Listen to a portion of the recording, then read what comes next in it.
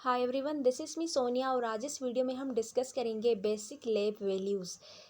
As a nurse आपको ये सारे जो वैल्यूज़ हैं, नॉर्मल रेंज क्या है उसकी वो पता होनी चाहिए, क्योंकि अगर आप किसी पेशेंट की रिपोर्ट को रीड कर रही हैं और आपको डॉक्टर ने कहा है कि उसको आइडेंटिफाई करें कि ये वैल्यू एबनॉर्मल है या फिर नॉर्मल है, इंक्रीज़ है, डिक्रीज़ है, क्या है, तो ये सारा कुछ आपको तब पता होगा जब सारे जो भी वाइटल साइन जो भी वैल्यूज़ हैं वो आपको उसकी जो नॉर्मल रेंज है वो पता होगी। अगर आपको उसकी नॉर्मल रेंज ही पता नहीं होगी तो आपके लिए ये डिफ़िकल्ट होगा किसी भी वैल्यू को आइडेंटिफाई करने के लिए कि आइदर ये इंक्रीज़ है या फिर डिक्रीज़ है। तो ये सारा कुछ जानने के लिए आज इस वीडियो में हम डिस्कस करेंगे बेसिक जो भी लैब वैल्यूज़ हैं और जो मोस्ट कॉमनली यूज़ किए जाते हैं। तो पहले हम डिस्कस करते हैं नॉर्मल वाइटल साइंस के वैल्यू। वाइटल साइंस में पहले है हमारे पास ब्लड प्रेशर। ब्लड प्रेशर में दो पार्ट्स आ जाते हैं, systolic and diastolic. Systolic pressure 120 millimetre of mercury होता है, डायस्टोलिक 80 मिलीमीटर ऑफ मरकरी होता है, यानी 120/80 millimetre of mercury is the normal value of blood pressure. Next है हमारे पास heart rate. Heart rate normal adult में होता है 60 से 100 बीट्स पर मिनट, यानी एक मिनट में जो हार्ट रेट है वो 60 से 100 तक होता है। देन है रेस्पायरेशन। रेस्पायरेशन एक मिनट में 12 से 20 ब्रीथ जो नॉर्मल बंदा है वो ले सकता है। तीसरा है टेम्परेचर। नॉर्मल जो एडल्ट है उसमें टेम्परेचर नॉर्मल होता है 97.8 से 99 फ़ारेनहाइट, और सेल्सियस की बात करें तो 36.5 से 37.2 सेल्सियस होता है। ऑक्सीजन 95 से 100% नॉर्मल होता है, और ऑक्सीजन का कल जो क्रोनिक ऑब्स्ट्रक्टिव पल्मोनरी डिजीज़ वाले जो पेशेंट होते हैं उसमें ऑक्सीजन की परसेंटेज लो होती है 88%, जो 88% है उस तक। सो ये जो है ये सिर्फ और सिर्फ क्रोनिक ऑब्स्ट्रक्टिव पल्मोनरी डिजीज़ वाले पेशेंट के लिए ही होती है। तो ये तो बेसिक थे बेसिक वाइटल साइंस के नॉर्मल वैल्यू थे। अब बात करते हैं रीनल यानी किडनीज़ की अगर हम टेस्ट करवाते हैं तो उसमें जो वैल्यूज़ आते हैं वो क्या होते हैं नॉर्मल। तो रीनल में पहले है कैल्शियम। कैल्शियम की नॉर्मल लेवल होती है बॉडी में 9 से 11 मिलीग्राम पर डेसीलीटर। मैग्नीशियम 1.5 से 2.5 मिलीग्राम पर डेसीलीटर। फास्फोरस 2.5 से 4.5 मिलीग्राम पर डेसीलीटर होता है। स्पेसिफिक ग्रेविटी जो यूरिन की होती है वो 1.010 से 1.030 तक होती है। ग्लोमेरुलर फिल्ट्रेशन रेट नॉर्मल जो एक मिनट में होता है वो 90 से 120 मिलीमीटर पर मिनट होता है, और 1.73 metre square. Blood urea nitrogen की बात करें तो वो नॉर्मल होता है 7 से 20 मिलीग्राम पर डेसीलीटर, और क्रेटिनिन 0.6 से 1.2 मिलीग्राम डेसीलीटर नॉर्मल होती है। देन डिस्कस करते हैं पेनक्रियास के बारे में। पेनक्रियास से दो एंजाइम रिलीज होती हैं, एक होती है अमाइलेज, दूसरी है लाइपेज। तो इनकी जो नॉर्मल रेंज है, नॉर्मल वैल्यू है बॉडी में, वो अमाइलेज का होता है 30 से 110 यूएल और माइक्रोलीटर, और लाइपेज जो है वो 0 से 150 तक जो है वो नॉर्मल होती है। देन बात करते हैं सीबीसी, कंप्लीट ब्लड काउंट, जो कि मोस्ट कॉमन टेस्ट है किसी भी डिजीज़ को डायग्नोस करने के लिए।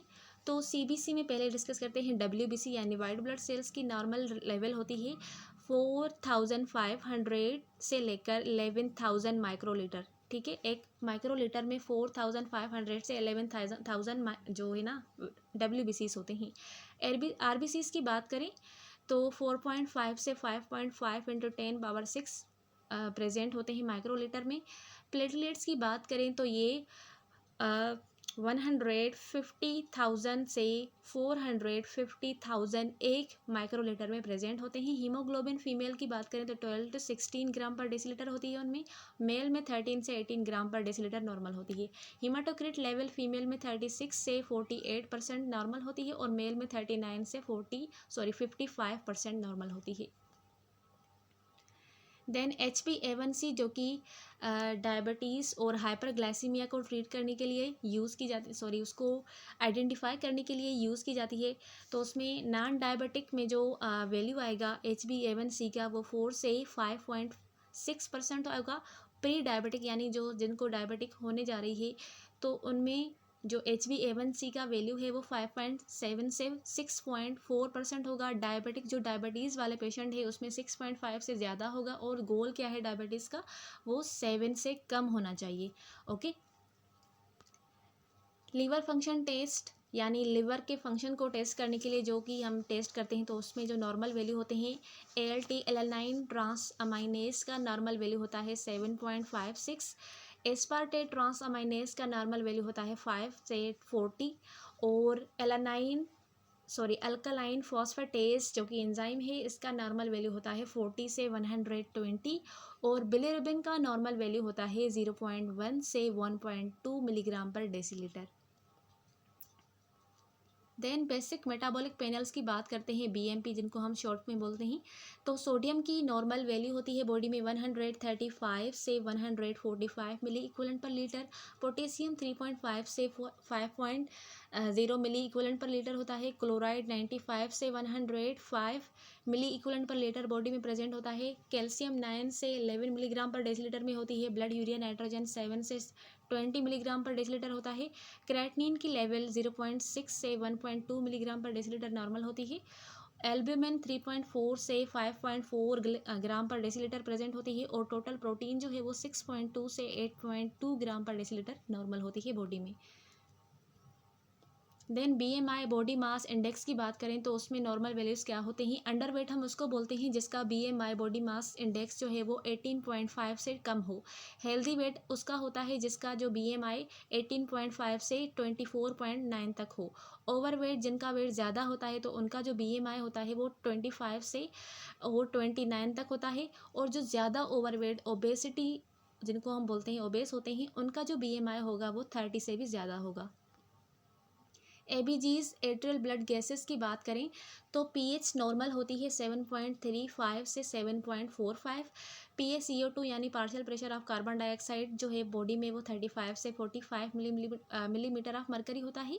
PaO2 partial pressure of oxygen, और ऑक्सीजन का अमाउंट जो है ब्लड में वो 80 से 100 मिलीमीटर ऑफ मरकरी होता है। और HCO3 बाइकार्बोनेट 22 से 26 मिली इक्विवेलेंट पर लीटर नॉर्मल होता है। तो ये ABGs की नॉर्मल वैल्यू थे। अगर आप ABG की टेस्ट करवा रहे हैं तो उसमें आपको ABGs वैल्यू को इंटरप्रेट करने के लिए उनके नॉर्मल वैल्यूज़ भी याद होने चाहिए। देन कोएगुलेट्स और कोएगुलेंट्स की बात करें, PT प्रोथ्रोबिन टाइम जो है वो नॉर्मल 10 से 13 सेकंड होता है। ठीक है, उसके अलावा PTT जो है उसमें 25 से 35 सेकंड होता है। APTT जो कि अगर कोई पेशेंट हेपरन पर है, हेपरिन जो कि मेडिसन है जो कि एंटी कोएगुलेंट्स को और कोएगुलेंट्स को ट्रीट करने के लिए यूज़ की जाती है, क्लोट्स की फॉर्मेशन को ट्रीट करने के लिए यूज़ की जाती है। तो अगर पेशेंट हेपरन के ऊपर है तो उसका जो टाइम होगा, प्रोथ्रोबिन टाइम होगा, वो होगा 30 से 40 सेकंड। अगर वो हेपरन पे नहीं है तो उसका होगा 30 से 40 सेकंड, और अगर वो हेपरन पे है तो उसका 47 से 70 सेकंड होगा। इंटरनेशनल नॉर्मलाइज रेशियो की बात करें तो अगर कोई पेशेंट वारफारिन पे है तो उसका 1 सेकंड से वारफारिन पे अगर नहीं है तो उसका जो टाइम है वो 1 सेकंड से कम होगा। अगर कोई पेशेंट वारफारिन पे ऊपर है तो उसका जो टाइम होगा वो 2 से 3 सेकंड नॉर्मल होगा। ओके, तो ये कोएगुलेंट्स की नॉर्मल वैल्यूज़ थे। देन लिपिड पैनल की बात करें तो टोटल कोलेस्ट्रॉल जो बॉडी में प्रेजेंट होती है वो 200 मिलीग्राम पर डेसीलीटर से कम होती है। उसके अलावा ट्राइग्लिसराइड 150 मिलीग्राम पर डेसीलीटर से कम होनी चाहिए। Low density lipoprotein 100 milligram per decilitre से कम होना चाहिए, और हाई डेंसिटी लिपोप्रोटीन जो है वो 60 मिलीग्राम पर डेसीलीटर से भी ज़्यादा होना चाहिए। सो LDL जो है वो बैड कोलेस्ट्रॉल है, तो इसीलिए हम इसको कम चाहते हैं, वी वांट लो लेवल। और जो HDL है वो हैप्पी कोलेस्ट्रॉल यानी बॉडी के लिए गुड कोलेस्ट्रॉल है, इसीलिए हम इसको ज़्यादा चाहते हैं। So we want high level of HDL। इस तरह से भी आप इनको याद कर सकते हैं। देन कुछ अदर्स हैं जिसमें मेप यानी मीन आर्टेरियल प्रेशर जो होता है नॉर्मल वो 70 से 100 मिलीमीटर ऑफ मरकरी होता है। इंट्राक्रेनियल प्रेशर नॉर्मल 5 से 15 मिलीमीटर ऑफ मरकरी होता है। ग्लासगो का कोमा स्केल बेस्ड होता है जब उसका स्कोर 15 हो।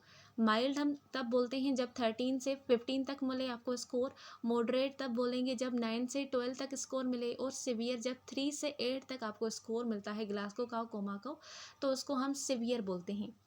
जो बेस्ट होता है वो 15 तक होता है। तो ये सारे नॉर्मल लैब वैल्यूज़ थे जो आज हम इस वीडियो में हमने डिस्कस किए। आई होप कि आपको आज की वीडियो क्लियर हुई होगी। मिलते हैं अगले वीडियो में, तब तक के लिए अल्लाह हाफिज़।